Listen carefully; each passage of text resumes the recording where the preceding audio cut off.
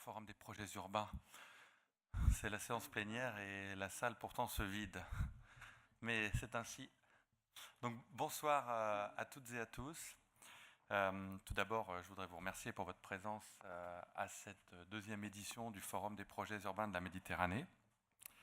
Le rendez-vous est maintenant pris chaque année pour un forum dédié au pourtour méditerranéen, tant au niveau de la stratégie qu'au niveau du développement durable et des enjeux propres au territoire. Et je crois qu'il y en a au vu de tout ce qu'on a pu entendre dans les ateliers au cours de la journée. Alors vous avez eu l'opportunité justement de découvrir les dynamiques à l'œuvre dans des villes comme Marseille, bien sûr, mais aussi Avignon, Port-Barcarès, Montpellier, Perpignan, Nice, Aubagne et Antibes. Durant vos interventions, vous avez tous rappelé le souci commun de bâtir un urbanisme méditerranéen durable. Et là, on peut dire qu'actuellement, la mobilisation de tous les acteurs locaux est d'autant plus cruciale que les accords de Paris sont brutalement remis en question, mis à mal actuellement. Alors, d'ici la prochaine édition du Forum des projets urbains de la Méditerranée, donc en juin 2018, le rendez-vous est déjà pris, on pourra le confirmer à Bernard Valero. Voici quelques dates à retenir. Alors, les 18 et 19 septembre prochains, nous organisons un atelier projet urbain à Berlin. Vous avez des petits flyers d'information sous l'égide, bien sûr, de la DGALN et d'Ariela Masbounji. Aujourd'hui, nous avons plus d'une centaine d'inscrits et pour des raisons de logistique et de capacité, nous ne pouvons pas dépasser 200. Donc, n'hésitez pas à vous inscrire sur le site du Forum des projets urbains ou à contacter Valérie Gibaud pour plus d'informations. Le Forum des projets urbains, quant à lui, aura lieu donc le 14 novembre prochain à Paris, au Palais des Congrès. Et dans les prochains jours, nous avons notre petit pousset, un événement que l'on apprécie, les défis urbains. Je vois Marie-Christine qui sourit. Nous remettrons les trophées des défis urbains le 19 juin prochain au Grand Hôtel Intercontinental Opéra à Paris. Pour votre information, les défis urbains récompensent des opérations livrées. C'est donc très complémentaire au FPU, où nous découvrons plutôt des opérations à venir ou en cours. Les lauréats ont été choisis parmi plus d'une centaine de dossiers cette année, et nous dévoilerons également la personnalité de l'année. Alors, l'an dernier, il s'agissait de Jean-Luc Poitvin de Nexity, mais je crois que cette année, mais je ne veux rien dévoiler, c'est un tout autre profil, je n'en dis pas plus. Alors, comme vous le savez peut-être, cette année, nous avons innové avec en préambule du Forum des projets urbains de la Méditerranée, une visite de Montpellier et de Port-Marianne en particulier. C'était hier après-midi, une visite de terrain à l'initiative de la SERM. Nous avons pu appréhender le pragmatisme montpelliérain et les ajustements successifs sur ce beau projet qui a successivement mobilisé justement Ricardo Bofill, Michel Desvignes et beaucoup d'autres grands noms de l'architecture et de l'urbanisme.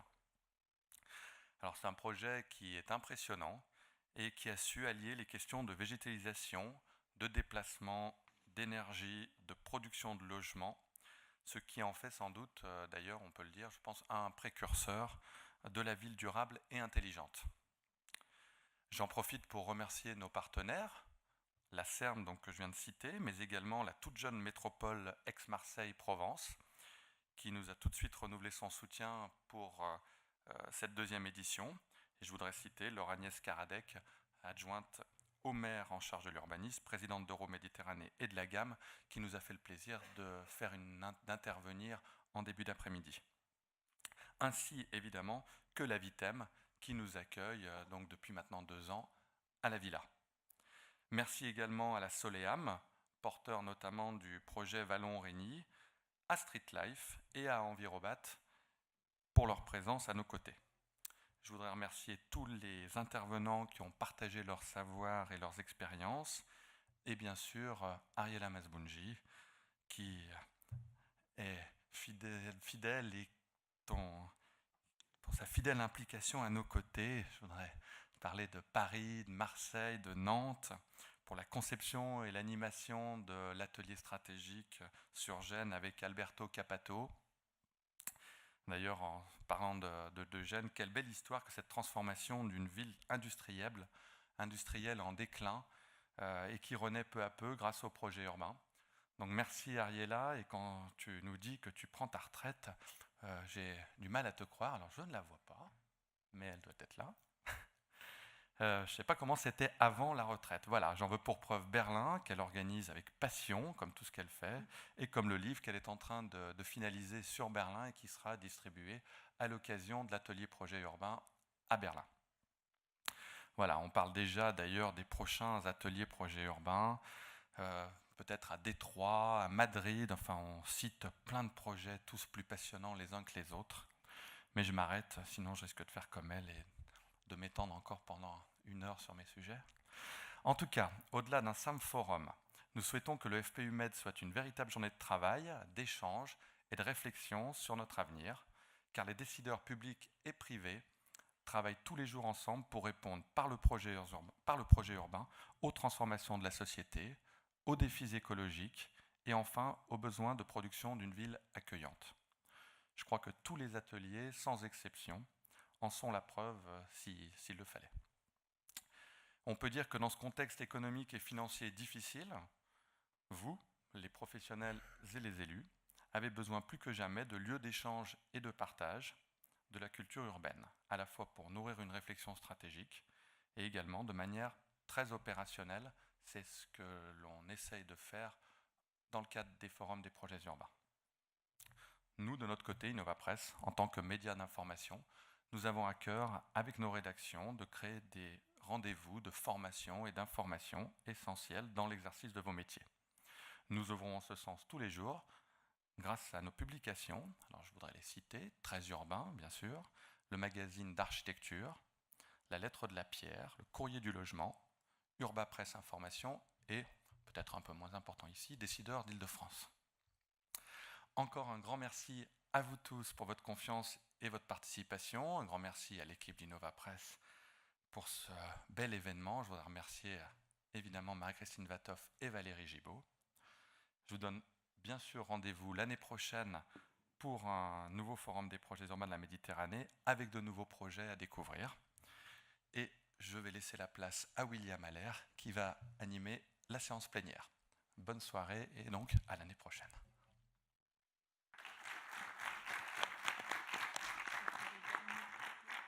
Je vous rassure, ça ne va pas durer sur la soirée, hein, vous serez parti avant. Alors, c'est la séance plénière, donc le dernier rendez-vous de ce forum qui a démarré ce matin, enfin hier pour ceux qui étaient à Montpellier, sur un thème qui est très dans l'air du temps de l'aménagement urbain, qui est sur celui des smart cities. Alors, smart city, ville intelligente, cité intelligente, il y a différentes déclinaisons si vous êtes anglophile. La Smart City, qu'est-ce que ça recouvre? C'est l'innovation dans l'aménagement durable. Il y a différentes manières de l'appréhender, vous allez le voir avec les intervenants que je vais vous présenter. Alors, au centre, Hugues Parent, vous êtes directeur général depuis peu de temps, mais de l'établissement public d'aménagement Euroméditerranée, et vous étiez auparavant à la tête de l'EPADESA, pour ceux qui viennent de la région parisienne.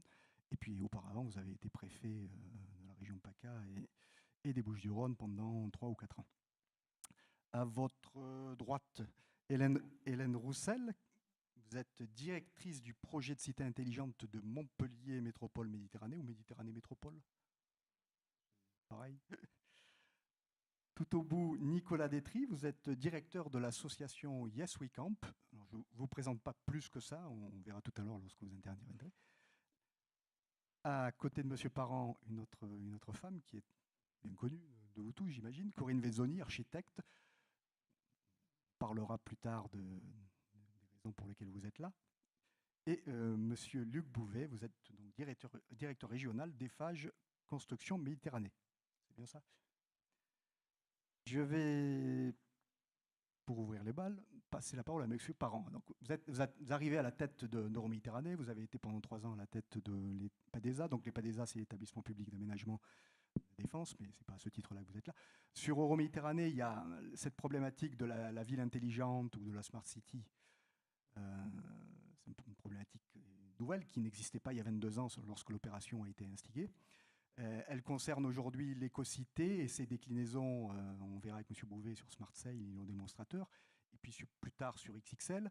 Comment vous appréhendez cette démarche de l'innovation avec le numérique, les nouvelles démarches participatives, inclusives, les nouveaux services? Comment Euroméditerranée se fait l'agrégateur de toutes ces thématiques?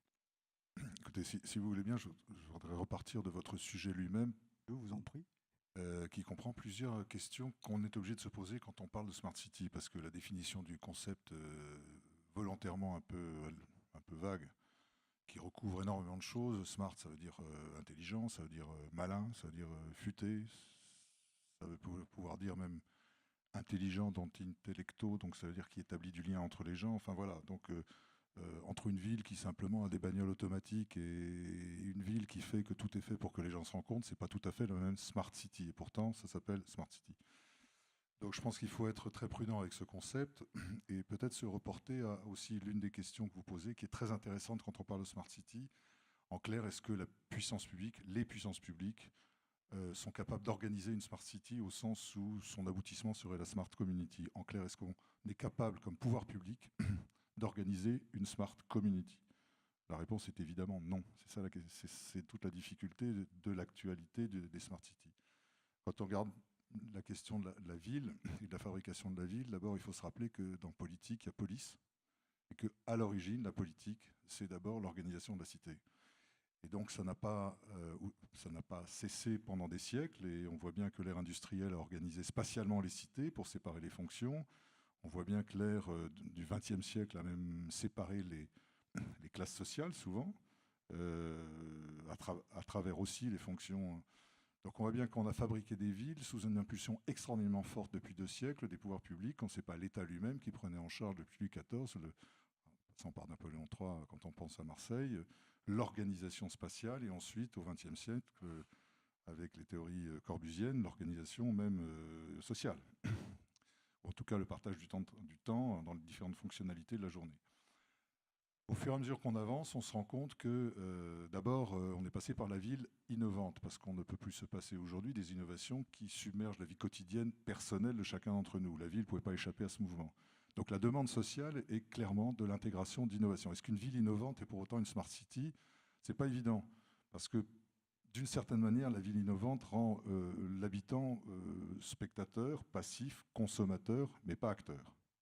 Je pense qu'on passe à la smart city le jour où la ville elle-même devient vraiment intelligente, c'est-à-dire qu'elle est en interaction avec l'habitant, et que l'habitant a à sa disposition non seulement les services de la ville innovante, mais des nouveaux services qui sont ceux par lesquels, par exemple, il va organiser sa vie personnelle et la rencontre des autres, ce qui est quand même la vocation de la ville. Et puis à la fin de tout ça, il y a la question de la Smart City transformée en Smart Community. Et c'est évidemment l'idéal vers lequel nous tendons tous, et c'est vrai aussi pour les nouveaux quartiers qu'on crée les uns et les autres dans la région parisienne ou ici à Marseille avec le quartier des Fabriques, appelé XXL jusqu'à maintenant. Toute la difficulté, c'est que si aujourd'hui on n'arrive plus à produire ce qui se fait dans tous les terreaux un peu dégradés de toutes les métropoles du monde, c'est vrai à l'est de New York, c'est vrai à l'est de Londres, c'est vrai à l'est de toutes les métropoles ou à l'ouest parfois. On voit bien que ce n'est pas l'État, ce ne sont pas les pouvoirs publics, ce ne sont même pas les villes qui ont organisé le terreau économique qui est devenu une communauté de vie qui s'appelle une smart community. Donc il y a une sorte d'antinomie entre le métier d'aménageur, par exemple, et la nécessité aujourd'hui avérée de créer à Marseille, dans un des quartiers sans doute dans lequel l'emblème sera le plus fort, une smart community. C'est-à-dire une communauté humaine qui vit de la Smart City. Donc cette contradiction-là, qui consiste à dire on ne peut pas tout faire, mais en même temps il faut qu'on prépare les conditions pour faire, c'est toute la réflexion en cours, et je pense que tout le débat qu'on peut avoir aujourd'hui, c'est de savoir comment on peut rassembler les conditions pour que la Smart Community crée la Smart City et non pas l'inverse. Est-ce que, d'après vous, est-ce que c'est une question, un enjeu d'abord d'urbaniste, technique, d'architecte, On est dans une... sociologue? Alors, de deux choses l'une, ou bien on décide de faire une smart city, je crains que ça rate parce qu'il faut d'abord qu'il y ait une communauté humaine qui petit à petit transformera en smart community cette ville-là, et ça ne se décrète pas. N'amenez pas les gens capables de faire une smart community par le bout du nez. Donc il faut sans doute faire champignonner doucement, ça part, hélas, ou tant mieux, de l'économie quand même. En clair, aujourd'hui, on a un certain nombre dans la nouvelle économie de gens qui mélangent de plus en plus les temps de leur vie, de travail, de consommation, d'habitat, qui souhaitent un rapprochement de plus en plus fort de ces différentes fonctions qui étaient extraordinairement partagées auparavant et qui se résolvaient par la variable d'ajustement qui était le transport collectif ou la voiture. Et il faut aussi que ces gens-là soient dans une situation qui crée un état d'esprit, puisque la base même de leur activité économique, c'est la rencontre. Or, la base même de la création de la ville, c'est la rencontre. Et donc, pour créer ces conditions-là, je pense que c'est extraordinairement difficile de le décréter sur des terreaux neufs. Une ville nouvelle qui s'appellerait une smart community, je n'y crois pas. En revanche, ce qui est certain, c'est que depuis 10 ans, pour des raisons d'ailleurs de coûts d'installation des startups et autres, la recherche de lieux dégradés, donc un peu déshérités, dans des quartiers un peu déshérités, mais néanmoins avec des capacités d'aménager des choses provisoires, comme le fait Yes We Camp ou d'autres, ça, c'est des choses qui parlent énormément à ces makers ou à ces acteurs de la nouvelle économie ou de l'économie ancienne qui va devenir la nouvelle économie petit à petit parce qu'ils n'y échapperont pas. Et dans ces circonstances-là, les gens qui s'implantent dans ces quartiers-là sont demandeurs d'une ville qui est une ville petit à petit qui deviendra une smart city. Donc il faut que nous créions, par exemple à Marseille, les conditions en avance de phase, comme on l'a fait au GROU avec ce qu'on a appelé l'AMI préfig, c'est-à-dire préfiguration. 5 ans avant, on organise le champignonnage d'activités qui entraîneront petit à petit une forme urbaine. Bon. Hélène Roussel, vous êtes donc directrice du projet. Alors vous parlez français, Cité intelligente à la métropole de Montpellier. Lorsqu'on s'est eu au téléphone pour préparer votre intervention, vous avez dit que vous aviez une approche, c'était au départ une démarche de R&D menée avec IBM qui est très présent sur Montpellier. Et si je résume ce que vous m'avez dit lors de notre échange, c'est que c'est une démarche très servicielle pour le coup et pas purement aménageuse. Est-ce que vous pouvez nous développer tout ça? Bon, déjà, pour répondre en complément à votre intervention, c'est pas la ville intelligente qui apporte, ou la Smart City qui ramène davantage d'intelligence. La ville est par nature intelligente. Donc, ça, c'est un point de départ. Après, en fait, moi, je vais témoigner de la manière dont on est rentré dans le sujet, parce que c'est une approche qui est sans fin, itérative. On y est rentré grâce à Écocité. Donc, finalement, à travers des projets d'aménagement, dès 2010, quand on a été labellisé Écocité, on avait un territoire de 2500 hectares qui s'offrait à nous, dans lequel plusieurs fonctions urbaines étaient réunies. Et donc finalement, on s'est dit, qu'est-ce qui relie toutes ces fonctions urbaines? Le numérique. Donc ça a été notre approche pour construire notre première feuille de route dès 2011, parce qu'à l'époque, on ne savait vraiment pas du tout comment s'y prendre. On abordait un sujet nouveau, on se disait, on avait un peu l'intuition de se dire que ça pouvait améliorer la gestion des services en interne. Ça pouvait contribuer au développement économique à travers la mise à disposition des données, parce que derrière, c'était le développement des startups au développement des services. Et ça permettait aussi d'améliorer la relation avec le citoyen et co-construire avec le citoyen. Donc c'était nos 3 objectifs, mais on voyait très très flou en 2010. Et donc pour aborder le sujet, on a cette première feuille de route où on a identifié tous les champs qui étaient présents à l'échelle de l'écocité que vous avez visité pour certains hier. Eh bien, ça s'est traduit par une phase de recherche-développement avec l'écosystème local, parce qu'il y a des compétences dans les universités, mais aussi dans les startups, dans les PME du territoire. Et donc, effectivement, au début, on regardait ce qui se passait à l'étranger, dans différentes villes intelligentes, mais c'est pas comme ça qu'il faut procéder, parce qu'on n'implémente pas, on reproduit pas quelque chose parce que les problématiques sont pas forcément identiques, parce que les écosystèmes sont pas identiques non plus. Nous, on est dans une zone deltaïque aux abords des étangs, donc forcément la problématique. Pour que les choses soient claires, parce que peut-être que tout le monde n'a pas fait la visite hier, l'écocité de Montpellier-Rennes, elle est à moitié en renouvellement urbain, à moitié ex nihilo. On dit sur le contexte, les 2500 hectares, c'est... Oui, donc c'est à l'est de Montpellier, dans une zone en fort développement, dans laquelle on a donc la future gare TGV, plusieurs lignes de tramway qui ont été installées, de la réhabilitation urbaine, du smart grid, toutes les composantes, et puis aussi le déplacement de l'hôtel de ville qui s'est déplacé vers l'est. Donc des fonctions urbaines très, très denses sur cette zone-là. Et donc on a construit en fait cette phase. On ne pouvait pas regarder les exemples ailleurs, même européens. Hein, je ne parle pas des exemples un peu théoriques, Songo ou Masdar, qui sont loin de nos réalités. Mais déjà, implémenter un problème de péage urbain à Stockholm ou à Montpellier, ce n'est pas ça la réponse. Enfin, donc on est parti de nos problématiques en lien avec les acteurs du territoire et on a essayé de construire des solutions pour aborder le sujet. Et donc, on est sorti de cette phase R&D fin 2015 et on a construit une deuxième feuille de route en 2016. Ce qu'on a regardé dans cette phase-là, c'était de se dire que c'était important d'avoir une architecture maîtrisée par l'acteur public, donc la collectivité, qui permettait derrière d'avoir une politique structurée autour de la donnée. Et à partir du moment où on avait cette architecture, donc une strate où on collecte de la donnée de différentes manières, mais je ne peux pas rentrer dans les détails, une strate réseau avec toutes les technos qui existent pour faire remonter de la donnée, et puis c'est aussi des technos qui évoluent tous les jours, donc on est en veille permanente. Une strate numérique dans laquelle on a cette capacité à faire collecter et converger toutes les données de territoire, les traiter et les remettre à disposition des acteurs du territoire. Et puis la strate servicielle alors certains services sont directement liés à la collectivité, mais d'autres non en fait. On n'est pas maître de tout. Mais par contre, le fait d'avoir cette architecture, derrière, va se décliner en différents projets. Et donc, à ce jour, on a à peu près une quarantaine de projets.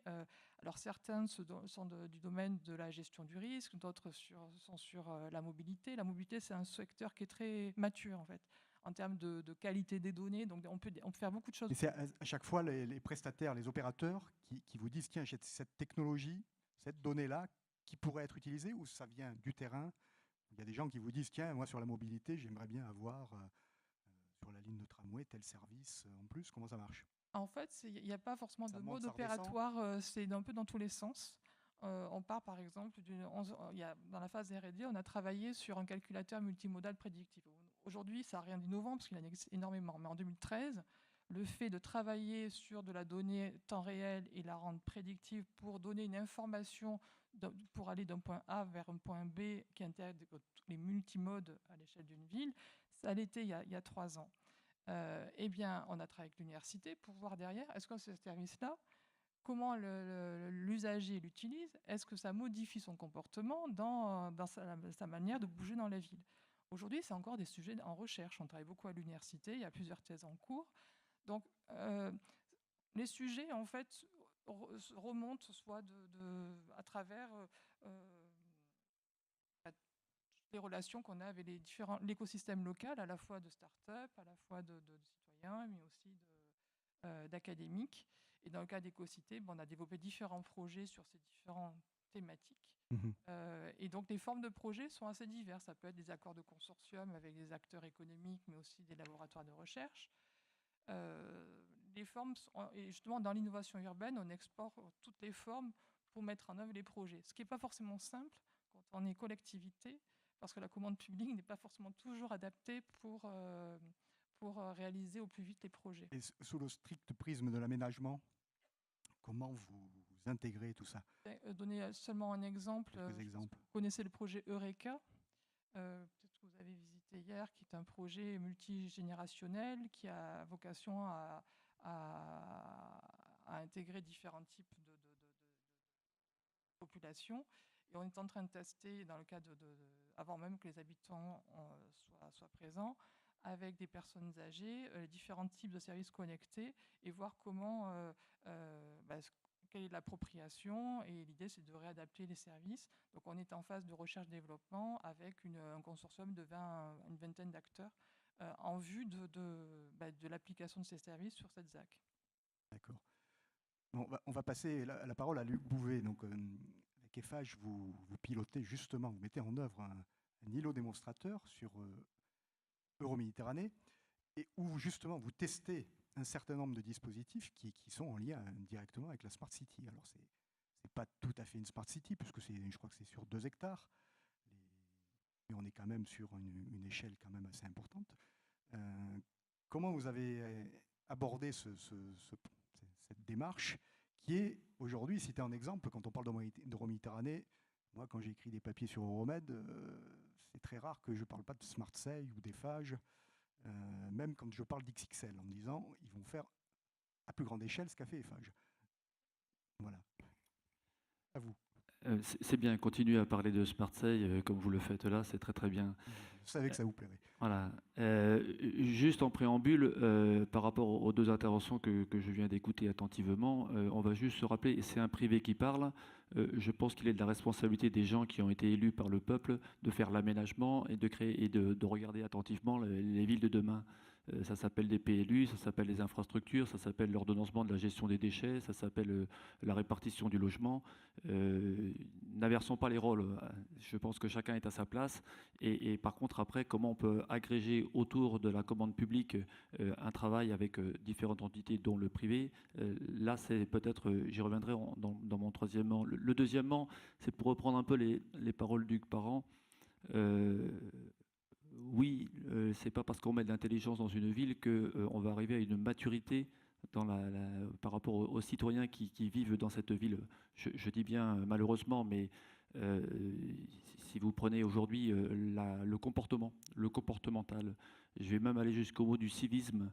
Je crois qu'il y a un vrai décalage entre l'intelligence qu'on peut mettre, le nombre de capteurs numériques qu'on peut mettre dans une ville, et puis le comportement de tout à chacun. Donc je le dis aussi parce que la première des choses qu'on dit aux gens qui viennent sur SmartSay, que ce soit des gens qui viennent y travailler ou que ce soit des gens qui viennent y vivre, on leur dit tous, il y aura un effort à faire. Pourquoi ? Parce que le bien vivre ensemble, ça ne se décrète pas, ça ne s'écrit pas, c'est pas dans les livres, ça se vit. Et j'allais dire, comme une histoire de couple, on a des efforts à faire réciproquement pour une harmonie. Et quand on est 4000 sur un quartier, l'harmonie, on ne la vit pas encore, parce qu'on est encore presque à la moitié du projet, mais je pense qu'il y aura un effort de chacun pour un mieux vivre collectif. Alors, SmartSay, pour venir au sujet, moi je vais parler d'un PPP, d'un partenariat entre une personne publique et des personnes privées. Voilà. Et ça, c'est génial parce qu'on a mis ensemble, on a agrégé la commande publique, Euroméditerranée, la ville de Marseille, l'État, qui intervient au travers du PIA. On y agrège des grands groupes, il y a Orange, il y a EDF, il y a Eiffage, il y en a bien d'autres. Évidemment des startups. On y agrège aussi l'ensemble de l'environnement. On travaille en porosité dans le 15e arrondissement, donc les associations de quartier, tous les commerçants aux alentours. Et évidemment, on ne vient pas faire une ville, un démonstrateur de ville durable avec une belle palissade autour et puis en restant reclus sur soi-même. Donc il y a véritablement une vocation à travailler en porosité avec le quartier. Je ne pense pas qu'on puisse parler de Smart City sur SmartSay. La commande, c'était un concentrateur d'innovation. C'était essayer de regarder un démonstrateur, tout ce qu'on pouvait mettre à une échelle plus réduite comme innovation qui, demain, développée dans les villes de 2030, permettrait de donner des solutions à nos villes de demain. Alors, on ne peut pas traiter sur une échelle, on ne peut pas traiter les déchets, mais on a traité, par exemple, la mutualisation du stationnement. Ça, c'est quand même des idées assez simples à mettre en place. Tous les jours, quand je vois les difficultés de déplacement, chacun de nous avec nos voitures, et puis pour aller se garer, et les prix conséquents d'un parking, sauf qu'à côté, en pleine journée, les parkings des hôtels sont vides. Les parkings des résidences, des logements sont vides. Et le soir, tout ça, ce joli espace souterrain, ça s'inverse. Et le soir, les parkings des hôtels se remplissent, et puis les parkings des bureaux en plein centre-ville se vident. Et nous, c'est très bien parce que moi je fais du BTP, on continue à construire des parkings. Donc c'est très bien. Peut-être qu'à un moment, on va se dire, et c'est ce qu'on a voulu faire, pour que le progrès soit accessible à tous, il faut baisser les coûts. Et baisser les coûts, il y a des solutions techniques pour baisser les coûts, mais il y a aussi peut-être le petit effort collectif, individuel pour le collectif, c'est se dire, tiens, je vais acquérir un logement.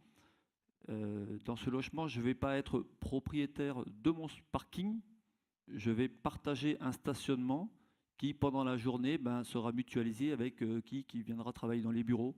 Et moi, le soir, je récupérerai mon emplacement.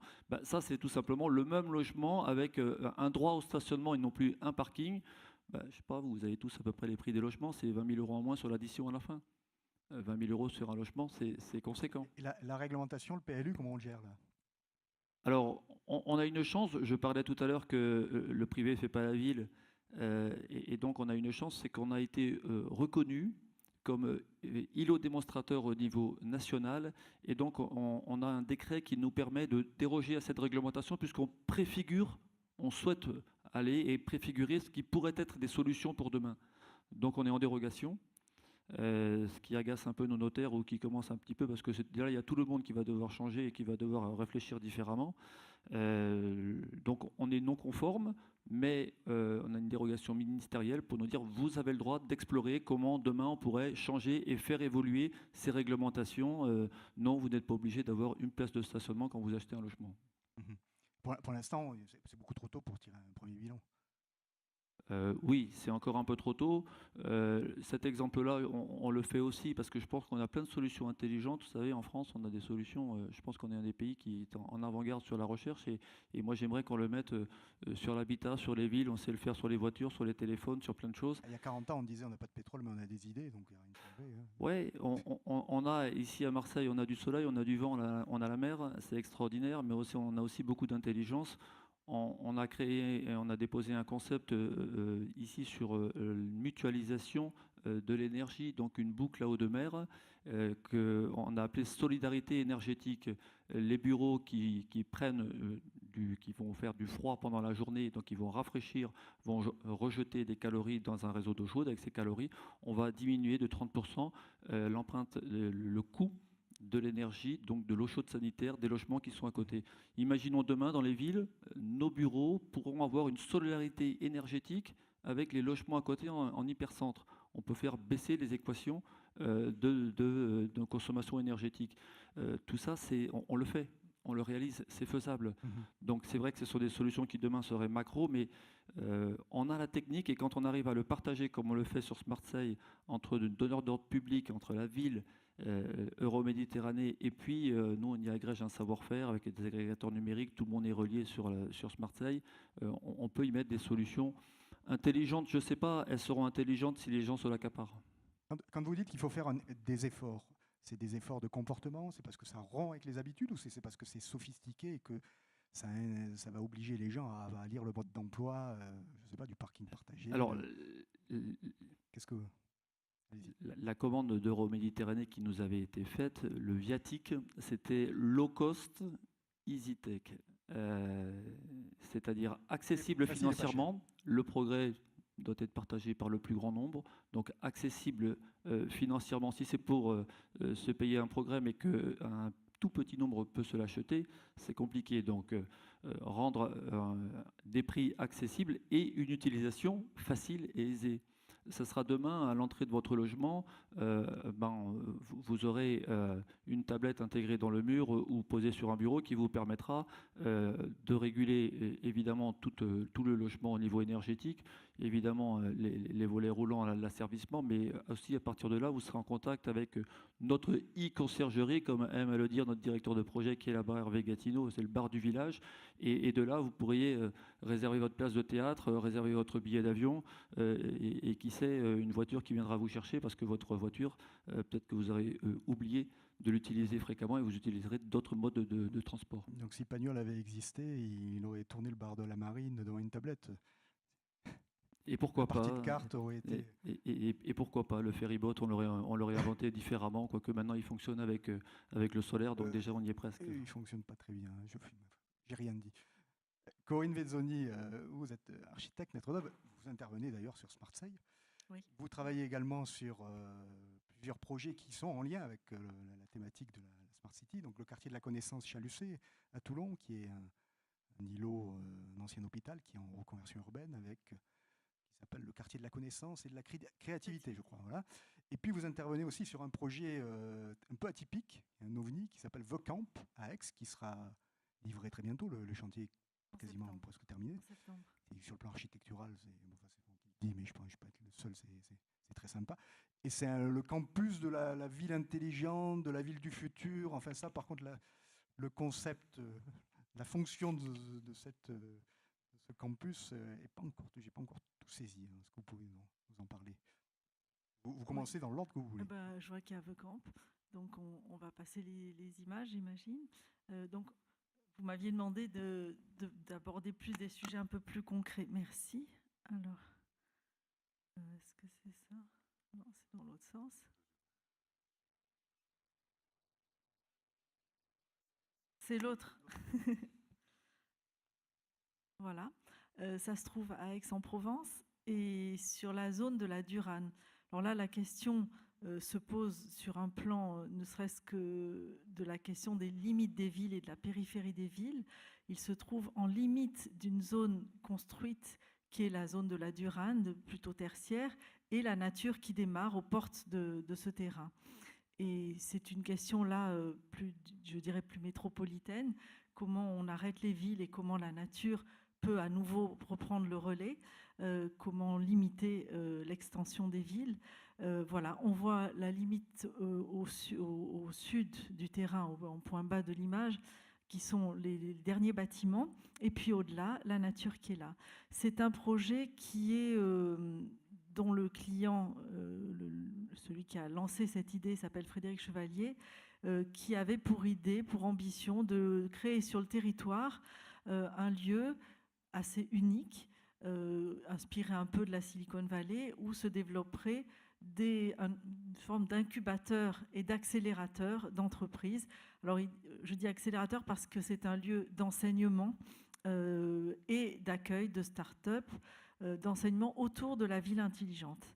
Le terrain est très beau et il l'a choisi pour attirer effectivement toutes les startups du monde entier, triées sur le volet, qui viendraient développer leurs projets, encadrés par des enseignants de haut vol, avec une forêt de pins au nord et la Sainte-Victoire dans l'axe des vues. Donc l'idée, c'est porté par une nature extraordinaire qui puisse attirer des chercheurs. On est à combien de kilomètres du cours Mirabeau? On est... Je connais la réponse. Alors vas-y. On est à 12 km. Ouais. On est dans le périurbain. Alors le sujet, effectivement, est le sujet des transports également.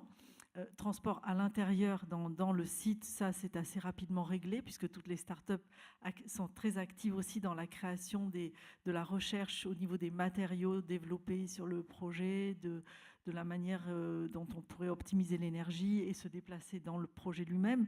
Et puis un réseau de transport est organisé en ce moment, enfin créé en ce moment avec la ville d'Aix. L'intérêt évidemment de ce site, c'était la proximité avec l'Arbois et avec l'aéroport. Oui, il y a le technopôle de l'environnement, de l'Arbois, qui se trouve juste à l'entrée du site. Oui, tout de suite. Voilà, qui travaille donc sur ces thématiques de l'environnement. Alors, je ne sais pas si je vous parle un peu d'architecture ou pas. Non, mais ce n'est pas tout à fait le sujet. Même si ça l'est aussi, c'est d'une certaine manière, à petite échelle, comment répondre finalement de la même manière qu'on peut, avec la même attitude qu'on peut l'avoir au niveau de la ville. Alors, je vous montre cette petite image, c'était l'idée de l'incubateur, où ce sont en biologie toutes ces cellules qu'on met sous cloche dans un environnement idéal et qui se développent très rapidement. Et on est parti de cette idée-là, d'une série de petites cellules circulaires, puisque le programme ne prévoyait rien. C'est-à-dire qu'on ne sait pas vraiment comment les gens, les startups, les étudiants, les chercheurs vont venir travailler sur ce lieu. Il n'y avait pas de programme, et ça a été la difficulté du sujet. Il était dit qu'on essuierait les plâtres au fur et à mesure de l'évolution de la recherche. Et j'ai proposé qu'on ait des formes qui ne soient pas des formes classiques de salles de cours traditionnelles, rectangulaires ou carrées. Des espaces libres, fluides, qui soient posés. Alors, ce que vous voyez sur l'image de droite, ce sont les courbes de niveau, qui soient posées sur la nature. Ce sont des cylindres posés de manière très organisée en réalité, puisqu'ils vont s'agglomérer dans certaines zones pour protéger du vent. Et on part du principe qu'ils sont posés de manière la plus légère possible sur le sol naturel. La nature reste intacte, l'eau circule de manière naturelle, il n'y a pas d'obstacle. Et simplement, on propose d'y installer un toit, un grand parasol géant, qui ne soit qu'une protection au soleil et à la pluie. Sous ce toit, l'air circule, il n'y a pas de façade. Donc, proposer un projet totalement atypique dans la manière d'y vivre et laisser la nature s'exprimer et passer entre les volumes. Vous avez 3 grands trous dans ce grand toit. C'est un toit qui fait à peu près 8000 mètres carrés. Et ces trois grands trous sont une forme d'impluvium, comme les impluviums romains, qui récoltent l'eau et qui alimentent en eau l'intérieur du projet, des jardins et tout l'espace naturel autour. Tout en point bas, c'est la limite de la ville et de la nature qui est constituée par des bandes, des constructions d'hébergement. Il y a à peu près 250 chambres d'hébergement qui vont accueillir toutes ces personnes. Donc en tout, la grande toile fait 8000 m² de surface. Et cet hébergement constitue pour moi une limite entre cette ville et cette nature, quelque chose d'organisé en limite. C'est un ruban épais qui crée une clôture épaisse et qui va permettre d'isoler complètement ce site. C'était la demande, qu'il se retrouve dans un ailleurs. Vous voyez aussi 3 petits volumes qui s'échappent, qui sont les mêmes que ceux qui sont sous la toile, qui sont en haut de l'image, qui sont l'accueil des VIP, le patron d'Orange, de Google qui viennent là, les prix Nobel qui sont hébergés ici. Donc, ils sont déjà, une liste est déjà mise en place. Et voilà la vue aérienne. On est assez bas dans le paysage. La vue en plan où on voit ces volumes qui accompagnent les courbes. On profite des courbes de niveau pour installer les gradins et les lieux. Alors, tout ça pour dire que pour moi, la ville intelligente, c'est offrir de l'espace, savoir dialoguer avec la nature et savoir tout simplement s'installer correctement dans la nature et dans le paysage et comment exploiter ce qui est déjà là. Finalement, c'est faire avec. Alors, je passe, le chantier est en cours, vous voyez le travail sur la toile, sur cette toile tendue qui est extrêmement sophistiquée par rapport à la prise au vent, mais c'est faire avec le génie du lieu et savoir l'exploiter. Si déjà on sait faire ça, si déjà on sait s'installer correctement, comme de manière la plus archaïque possible, sans grande technologie, en sachant se protéger du vent dominant, en sachant s'ouvrir au sud, en sachant exploiter des zones qui habituellement sont fermées, les circulations par exemple, tous les systèmes de circulation, de couloirs habituellement doivent être à la fois éclairés artificiellement lorsqu'ils sont fermés, ils doivent être chauffés, ventilés, l'air doit être traité. Eh bien, tout cela peut déjà être évité. Et là, en l'occurrence, c'est le cas. On prend le pari qu'on peut vivre et traverser ces espaces en étant simplement couvert parce qu'on est dans cette région-là, évidemment. Donc voilà quelques vues du projet en cours. Certains volumes sont des cylindres pleins parce qu'il y a des activités, un jardin en cœur, et d'autres sont totalement transparents parce qu'on met en scène le grand paysage lointain. Certains sont en béton coulé dans des canisses qui reprennent le thème de lorsqu'on est contre la forêt. Et voilà. Alors, Chalussé, ça c'est à Toulon. Chalussé, c'est un projet totalement différent. À Toulon, monsieur le préfet a été préfet de Toulon. Il était aussi préfet du Var, oui, monsieur Var. Du Var. Et oui, et oui aussi. Oui. Et donc c'est un quartier qui se trouve là, en cœur de la ville de Toulon. Et ça, c'est quelque chose d'assez exceptionnel d'avoir l'opportunité d'avoir un terrain aussi vaste que celui-ci en cœur historique de ville. C'est le quartier Chalussé. Ça se trouve, lorsqu'on arrive depuis Marseille, qu'on arrive sur Toulon, à l'entrée de ville, il y a le palais de justice qui se trouve sur la droite et en vis-à-vis, un grand parc. Et dans ce parc se trouvait un hôpital militaire à l'origine, avec une chapelle et une aile qui existent encore. Je ne sais pas si c'est un bip là. Oui. Une chapelle qui existe avec une aile qui n'a pas été détruite. La guerre a détruit l'autre aile et un hôpital se développait au-dessus.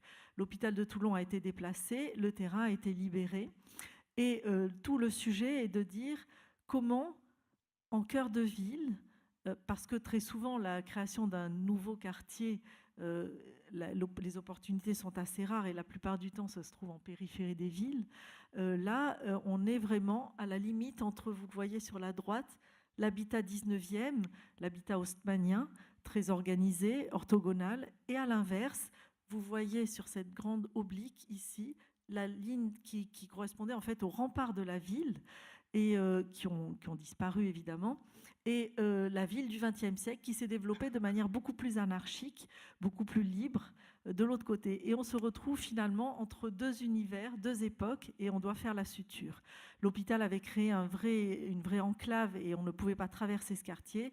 Toute l'idée a été de dire on recompose le parc, on va profiter de ce parc pour le faire coloniser la totalité du quartier, ce qui finalement manquait à la ville du 19e, c'est ce rapport à la nature. Si les gens ont fui la ville, peut-être c'est aussi pour aller chercher un bout de nature dans les lotissements, et que si on leur propose cette nature à leurs pieds, eh bien ils reviendront peut-être. Et là, une opération assez importante est proposée, puisque le concours portait sur l'ensemble de l'îlot qui va du point haut, qui est la gare de Toulon, qui se trouve tout au nord, là, c'est l'avenue de la gare se trouve ici.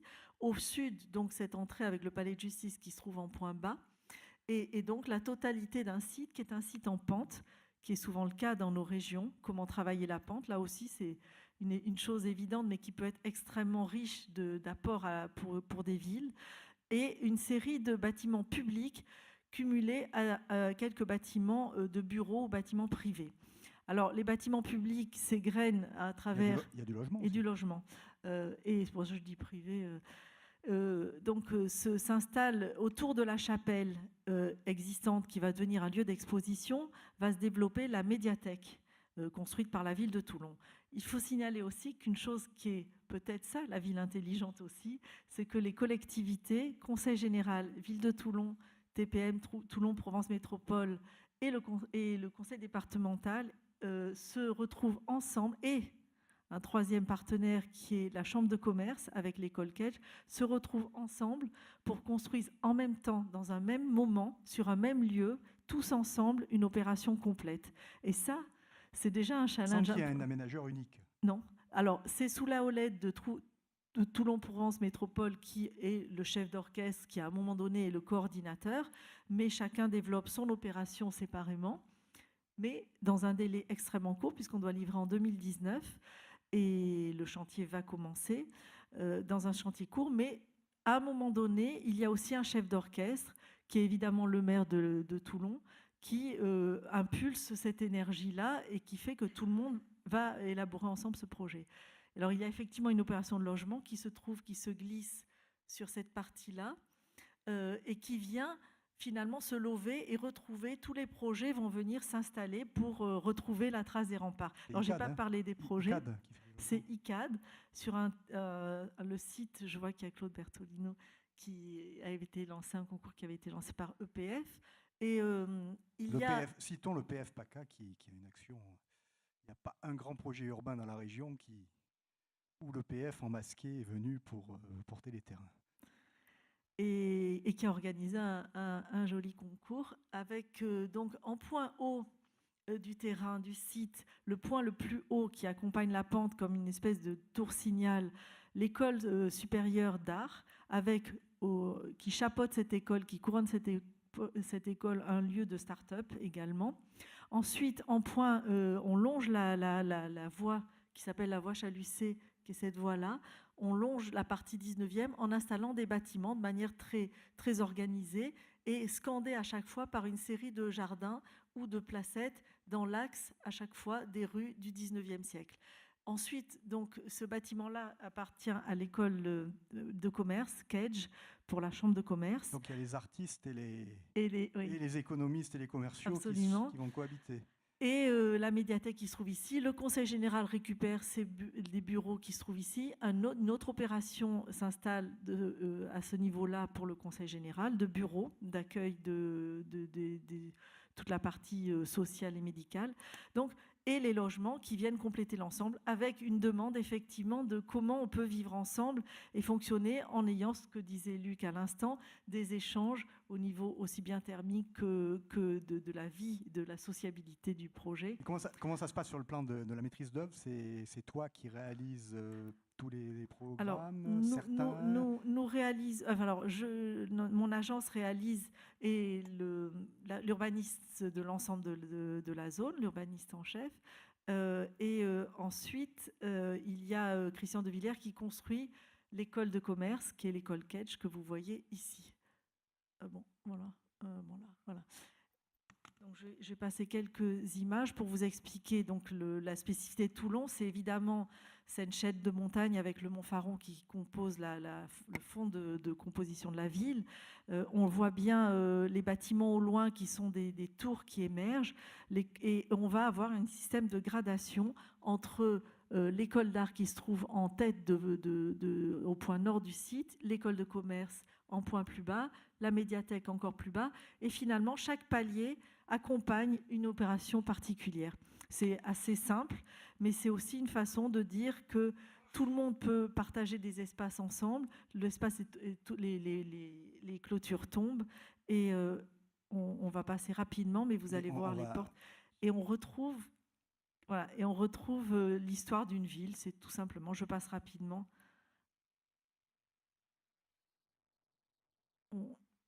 Voilà. Merci Corinne. Alors on parlait de vivre ensemble, de génie du lieu, de mélange, de mixité. Nicolas Detry, avec l'association Yes We Camp, ça ce sont des sujets qui sont votre quotidien. Vous intervenez sur les sites en transition, sur les espaces qui sont en devenir, où il y a des projets de développement urbain ou plutôt de rénovation urbaine ou de renouvellement urbain qui sont en gestation, des projets qui sont souvent longs à maturer. Et vous développez des projets très originaux autour de la culture, de l'art, avec toujours une logique de facilité, de facilitateur, on m'avait dit quand on a échangé. Alors vous intervenez en région parisienne, sur l'ancien hôpital Saint-Vincent-de-Paul, puis vous intervenez à Marseille, sous Grand Littoral, le site Foresta. Parlez-nous de toute votre activité. Et puis présentez-nous l'association aussi. Ok. Merci déjà de nous d'avoir proposé de prendre la parole dans une enceinte comme ça. Effectivement, on a des modes opératoires et surtout des temporalités qui sont assez différentes de celles que vous connaissez, enfin de celles de l'aménagement classique.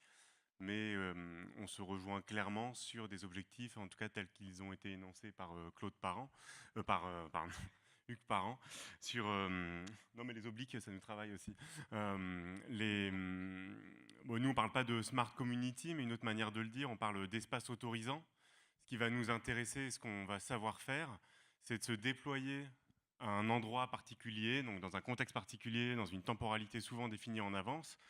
Et dans ce contexte-là, jouer d'un ensemble de dispositifs et de signaux pour essayer d'atteindre le point de bascule au niveau de chacun, sur quand est-ce qu'on bascule de je suis consommateur et passif dans ma ville, ou je deviens acteur, justement. Et acteur, on dit même d'aller jusqu'à la production ou la coproduction des choix qui s'offrent à chacun, puisque aujourd'hui on a une manière, enfin on like pas, on vote comme ci, comme ça, on n'achète pas, mais de retrouver des formes d'autonomie dans le sens où on se ferait davantage confiance sur aller vers d'autres personnes, apprendre, découvrir d'autres apprentissages, découvrir d'autres modes de production. Donc ce qu'on sait bien faire, voilà, on rentre dans des espaces, plutôt des espaces privés qu'on va ouvrir au public. On sait aussi intervenir sur l'espace public, mais ça nous plaît moins parce que vous n'entrez pas par effraction, hein, Non, on fait toujours les choses effectivement dans les règles. Alors, parfois on est sur le fil de la réglementation, mais en tout cas on est toujours en très bon terme avec les pompiers sur les enjeux de sécurité incendie. Bon, après peut-être je peux vous montrer des images des différents projets, ce sera plus parlant, mais globalement voilà, quand on intervient, on va avoir une logique d'itération. Une autre manière de le dire, c'est qu'on va faire disparaître la question de l'investissement. On intervient dans le temps réel, on inverse la hiérarchie des normes classiques d'un projet pour lequel il faudrait d'abord qu'il soit défini pour être ensuite évalué, quantifié financièrement avec les risques juridiques, réglementaires. Puis ensuite, on commence en même temps, on commence déjà avec une gouvernance très réactive, très présente, qui nous permet d'orienter. Dans les ingrédients, on va mettre beaucoup de juxtaposition aussi, c'est un mot qui compte beaucoup pour nous, une autre manière de dire le vivre ensemble. En tout cas, on n'est pas trié sur le volet, tous les ingrédients des espaces qu'on occupe, ils sont volontairement très variés socialement, générationnellement. Et ce qu'on va chercher, c'est une logique de légitimité. Pour nous, un projet sur lequel on intervient, il est réussi si tous ces différents groupes sociaux s'y sentent tous légitimes à être présents, donc une égale légitimité de chacun, pas de domination d'un groupe social sur les autres. Et ensuite, cette notion d'autorisation, enfin de se sentir autorisé à intervenir en se disant qu'aujourd'hui, il y a un gisement de richesse assez extraordinaire qui est le temps des gens. en début de vie, en fin de vie, et puis même tout au long de la vie. On a du temps qu'on est capable de choisir, d'affecter dans nos trajets quotidiens, dans notre vie quotidienne. C'est pas facile d'aller soi-même au-delà de ces trajets quotidiens. Certains y arrivent, ils sont les plus ceux qui s'écoutent le plus ou les plus audacieux, mais en créant des espaces autorisants, des espaces partagés, on se dit qu'en fait l'espace, il y a ce qui se passe dans les bâtiments et ce qui se passe entre les bâtiments, c'est un très bon outil. Vous avez des images là? Parce Oui, qu'il y a la US Weekend, là, c'est pas... Ouais. Alors, bon, on est un collègue, on est 60 salariés aujourd'hui. On a beaucoup de constructeurs, d'architectes, de travailleurs sociaux, d'urbanistes, de gestionnaires. Et je vais peut-être aller directement, enfin je passe quelques images, de toute façon je suis obligé, j'en ai mis de notre premier projet à Marseille pour la capitale de la culture, où notre parti pris, ça avait été de créer un espace qui allie hospitalité et créativité. On a réussi à avoir dans la règle un terrain d'1 hectare appartenant au port autonome de Marseille. Et voilà, je passe des images. On a en 8 mois... Plus doué qu'Euroméditerranée. Plus Euroméditerranée, pour avoir un terrain du port, c'est compliqué. Oui, ça a été très long. On a dû, pour la petite histoire, on a fini par avoir rendez-vous avec le directeur du port et on s'est débrouillé la veille pour faire la une de la Provence en montant un ex-voto à la Bonne Mère avec la une, le camping. Monsieur Parent, vous voyez ce qu'il vous reste à faire.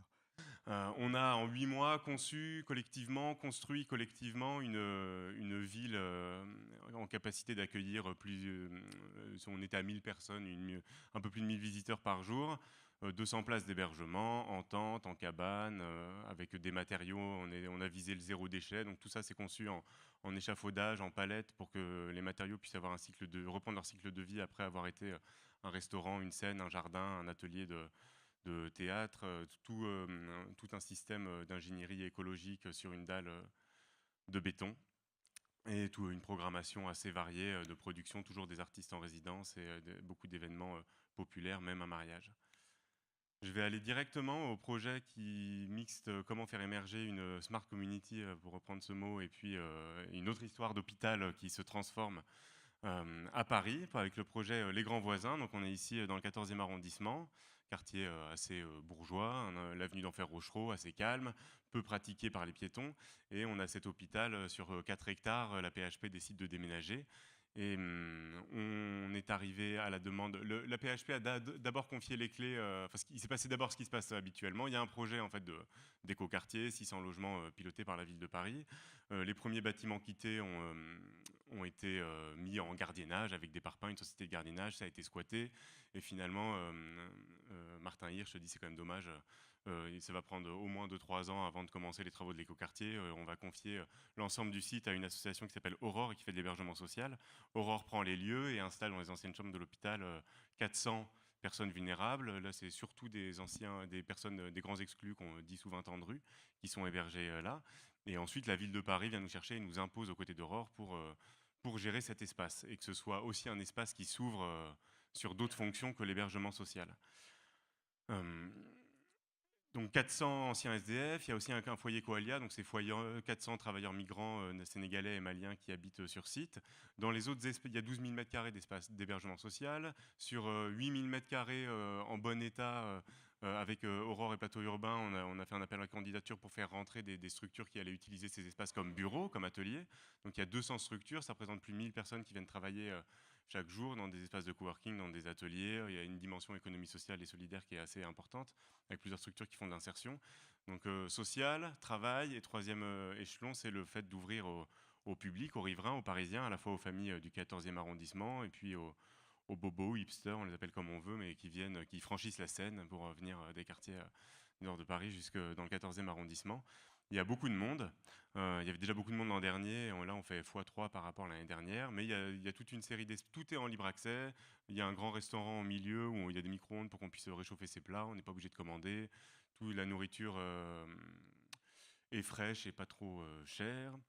Les espaces extérieurs, voilà, c'est vraiment le lieu où on va pouvoir travailler cette égale légitimité, ce sentiment d'autorisation. On ne va pas faire rentrer le public dans les centres d'hébergement, on ne va pas aller non plus chez les travailleurs, mais dans cet espace où une des premières choses qu'on a réussi à faire, c'est d'enlever les voitures, c'est devenu des espaces de juxtaposition assez fertiles. On travaille sur le sport, les éléments artistiques, l'agriculture urbaine, l'aquaponie, des démarches artistiques. Pendant ce temps, le projet urbain avance. Et pendant ce temps, le projet urbain suit son cours habituel. Les travaux commencent au printemps prochain, et l'aménageur, Paris-Batignolles, nous demande de rester 2 ans de plus pour accompagner les travaux, donc sur un site qui sera amputé de ses 2 tiers, donc continuer à avoir cette juxtaposition de fonctions sur un tiers du site, et créer une porosité, une visibilité sur le chantier en cours. Ce qui va compter ici, donc beaucoup d'événements populaires, plutôt en journée, on fait pas des fêtes tard le soir. On a créé un camping aussi pour ajouter encore une couche de complexité avec des backpackers et des jeunes qui viendraient du monde entier camper dans cet espace où on nous a beaucoup dit, il y a des anciennes personnes qui campaient dans la rue et vous allez mettre des tentes sous leur nez, mais c'est pas du tout un problème, ça se passe bien. Ce qui compte, en fait, c'est le processus plus que le résultat. On est content quand on nous dit que c'est bien ou que c'est beau, mais il faut qu'à chaque endroit où on travaille, ce soit un support de mise en rencontre. Alors, c'est sûr qu'il y a la dimension insertion sociale qui est très forte ici. On essaye au maximum de faire participer les 400 hébergés d'Aurore aux différents métiers d'accueil du public, de restauration. Vous êtes combien in situ pour gérer et coordonner tout ça? Nous, on a 45 personnes de Yes We Camp. D'Aurore, l'association Aurore, ils ont une dizaine mobilisées pas sur le travail social, hein, sur ces fonctions de coordination et gestion. Donc on est 60 à gérer ça. Ça coûte 3,6 millions par an. Et on l'autofinance 100%. Et c'est la PHP qui... Non, qui paye. Il n'y a aucun apport supplémentaire d'argent que si ça avait été gardienné. Et on fait économiser les frais de gardiennage, qui étaient d'1,3 million. Donc on a dans la logique d'itération, on essaye, on a essayé plein de types d'événements. Par exemple, les marchés, ça marche bien parce que tout le monde peut vendre, tous ceux qui, à la fois les artistes un peu pointus qui sont sur site, mais aussi les personnes en hébergement. Et on monte un nouveau restaurant, c'est la dernière vue là sur ce projet. Nous, notre restaurant, on le partageait dans le temps, de lundi à jeudi, c'est des personnes en insertion qui cuisinent et qui servent. Et ensuite, on reprend la main sur le week-end. Et là, on crée un nouveau restaurant où en permanence, il y aura côte à côte des personnes en insertion et des personnes pas en insertion qui servent. Donc pour aller Et ces personnes-là, à terme, quand le projet sera mûr et réalisé, est-ce qu'elles sont inscrites quelque part dans le projet ou est-ce qu'elles repartent, on leur dit bon mais fini, ça ferme?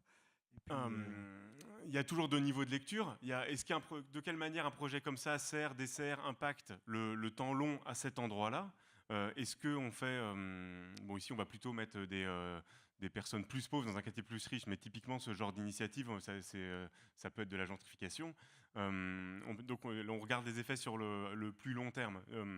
Je vais en parler, mais d'abord pour dire que nous, ce qui nous intéresse, c'est le présent. C'est ce qui se passe. Ça fait que 18 mois qu'on est là. Il y a voilà, tout ce que vous avez vu sur les images qui se passent, et ça se passe déjà. Et quand bien même tout s'arrêterait demain, ça s'est déjà passé. Et quand François Hollande est venu, il a dit quelque chose d'intéressant. Il a dit on s'y tromperait à y voir un projet temporaire. Il s'agit ici d'investissement. Et après, sur les impacts, le programme de l'aménageur a déjà changé. Il devait y avoir que du logement et des services. Maintenant, il y a 5 000 mètres carrés d'activités qui se sont ajoutés dans le programme, dont une partie sera réservée avec des loyers modérés. Les personnes, voilà, je pourrais rentrer dans le modèle économique plus longtemps, mais c'est plutôt des enjeux de duplicabilité que d'impact réel. Ici, c'est du mètre carré qui va sortir à 10 000 €. C'est pas très intéressant de se demander. Et les personnes qui sont hébergées, elles seront hébergées dans d'autres endroits. C'est de toute façon tout le temps de l'occupation intercalaire.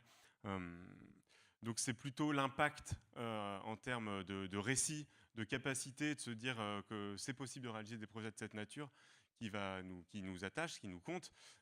C'est la quantité de connexions, de modèles économiques qui se sont confirmés parce qu'ils ont pu être dans cet écosystème et qui vont continuer à vivre, pas à cet endroit, mais ailleurs, dans Paris, ailleurs, dans le 14e arrondissement. Peut-être un mot sur Marseille? Oui, rapidement. Projet Foresta.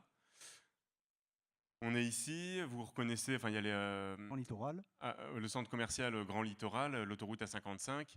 C'est un terrain, donc c'est 20 hectares que nous allons avoir à notre disposition pour, cette fois-ci, on a demandé de ne pas être dans une convention précaire, mais avec un bail commercial classique, 9 ans, avec un propriétaire privé.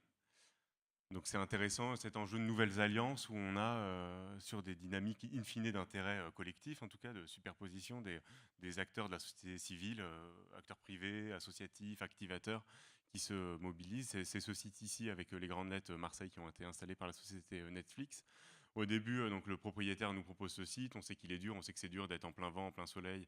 On est en plein cœur de différentes cités bien connues, de la Castellane, la Viste, la Bricarde, avec assez peu d'accessibilité transport en commun. Bon, il y a le grand parking du centre commercial, ça c'est un atout. Avant de nous demander si on allait se lancer, ça fait 2 ans que cette proposition a été émise, on a commencé par aller rencontrer un par un, pas faire de grandes assemblées, mais plutôt aller voir un par un les habitants, les acteurs économiques, les artisans, les écoles, et leur demander cet espace ici que vous connaissez, qui est déjà pratiqué, hein, les gens le traversent, ils vont se promener, et si jamais ensemble on se pose la question et on se dit que ça deviendrait un espace qui profite à tous, une sorte de parc métropolitain, comme on l'a appelé, où on pourrait venir pique-niquer, se promener, faire du sport, mais aussi apprendre des métiers, générer des compléments de revenus, une activité, une micro-activité économique locale. Donc ça se passe beaucoup par des balades exploratoires, des olympiades organisées, du travail in situ, regarder ce qui est là, identifier les plantes comestibles, utiliser les cannes de Provence pour tresser et faire de l'ombre. On a tout un programme d'adoption de parcelles, donc les riverains adoptent des parcelles pour qu'ils deviennent jardiniers de cette colline, des événements, donc travailler toujours à petite échelle par petits coups, et puis des événements plus grands où il va y avoir sur une journée 1000, 1500 personnes qui viennent pour tester la capacité du site. L'habiter, camper, voilà. Et après, une fois qu'on a confirmé cette mise en adhésion et qu'on a posé les bases du récit... Vous savez que c'est déjà déposé chez Euromède, ça. Nous, parc métropolitain. Et là, l'étape suivante, c'est de construire un village où on en est au moment du dépôt de permis de construire. Donc sur un moment un peu plus long comme ça, on doit se poser la question de l'investissement, mais qui reste assez faible par rapport à la capacité d'attractivité et de cohésion du projet. Ok, merci Monsieur Détry. Je vais vous passer la parole. Donc vous avez vu que le spectre de la Smart City, c'est pas uniquement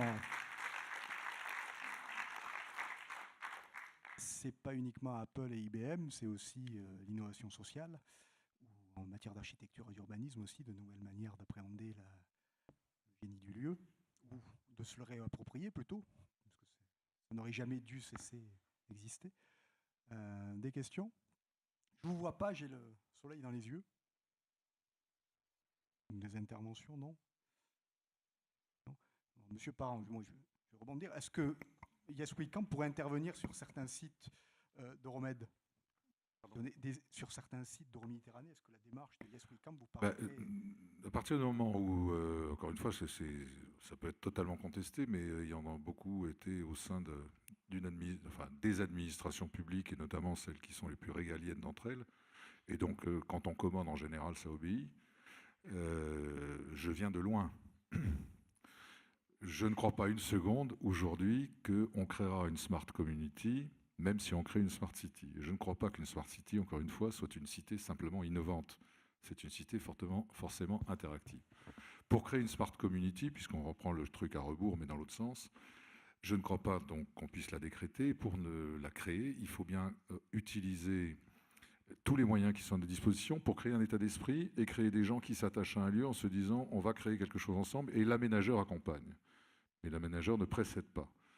Donc, ce qu'on a fait sur la périphérie parisienne, la Défense, c'était pas donné, puisqu'on avait la Défense d'un côté, un quartier un peu comme le quartier central des affaires de Marseille, mais de l'autre côté, on a le petit Nanterre, un quartier hyper dégradé de Nanterre, qui est complètement coupé par des autoroutes. Donc, à Nanterre, on l'a fait, je voudrais qu'on le fasse ici. On fait du portage, nous, de foncier ou de bâtiments. Le PF en fait aussi beaucoup, et notamment sur la zone pour le compte d'Euroméditerranée.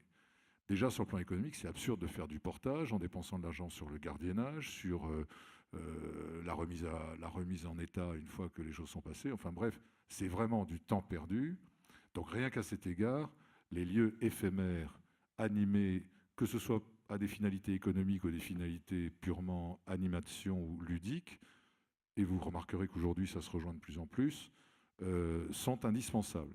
Mais d'autre part, on ne peut pas créer une smart community si on ne met pas les gens pendant 5 ou 6 ans en situation de choisir un lieu, d'adopter l'environnement, qui n'est pas forcément le plus simple qui soit pendant des années, parce que, encore une fois, non seulement on est dans des quartiers qui ne sont pas forcément les plus faciles pour habiter, pas naturels toujours, Et puis surtout, on est dans des quartiers qui vont être bousculés par les travaux pendant des années. Donc en fait, il faut des gens qui soient volontaires.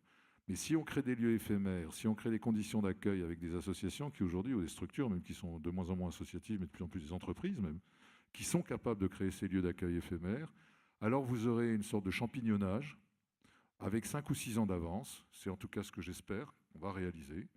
Et au bout de 5 ou 6 ans, vous direz, bah, écoutez, voilà, vous êtes dans des entrepôts, c'est pas très pratique, c'est pas ventilé, pas ceci. On va faire avec vous le projet urbain. Et on va faire la fameuse rue des Makers, ou le truc qui va faire que dans 5 ans, les gens vont s'installer parce qu'ils se sentiront bien dans ce quartier, qu'ils n'ont pas envie d'en partir. Et quand en plus, on réfléchira chez nous, en tout cas au marché aux puces, on n'en fera pas un mall, ça c'est clair. Je ne crois pas que quiconque puisse imaginer qu'on puisse le laisser comme ça en espérant que dans 30 ans, ça sera encore plus pauvre qu'aujourd'hui, parce que ça fait plaisir, mais ça ne suffit plus maintenant. Il faut en faire une agora commerçante qui soit totalement adaptée à ces makers et en même temps à tout le quartier environnant qui vit aussi dans ce marché aux puces. Et c'est possible aujourd'hui. Il y a 20 ans, vous ne mélangiez pas ces flux. Il y a 20 ans, vous n'aviez pas des gens qui acceptaient des conditions dégradées de vie à condition que ce ne soit pas cher et qu'ils puissent créer ensemble. Il y a 20 ans, vous ne mettez pas 10 startups dans un lieu de coworking pendant 3 ans, puis ensuite on leur demande de partir ailleurs, alors qu'aujourd'hui ils acceptent. Profitons de ça. Et regardons bien, à Marseille, on a le même terreau que celui qui a été le plus productif de créateurs dans les 10 dernières années, partout ailleurs dans les métropoles. Il faut donc maintenant y aller, quoi. Il n'y a plus qu'à. Bon, ça sera peut-être le mot de la fin, parce qu'il est 5h30, et je suis désolé, on a été un petit peu plus long que prévu. Je vous remercie tous, et puis je donne rendez-vous à tout le monde l'an prochain. À peu près à la même période, Gal Chervé ? Ok, c'est noté. Merci à tous.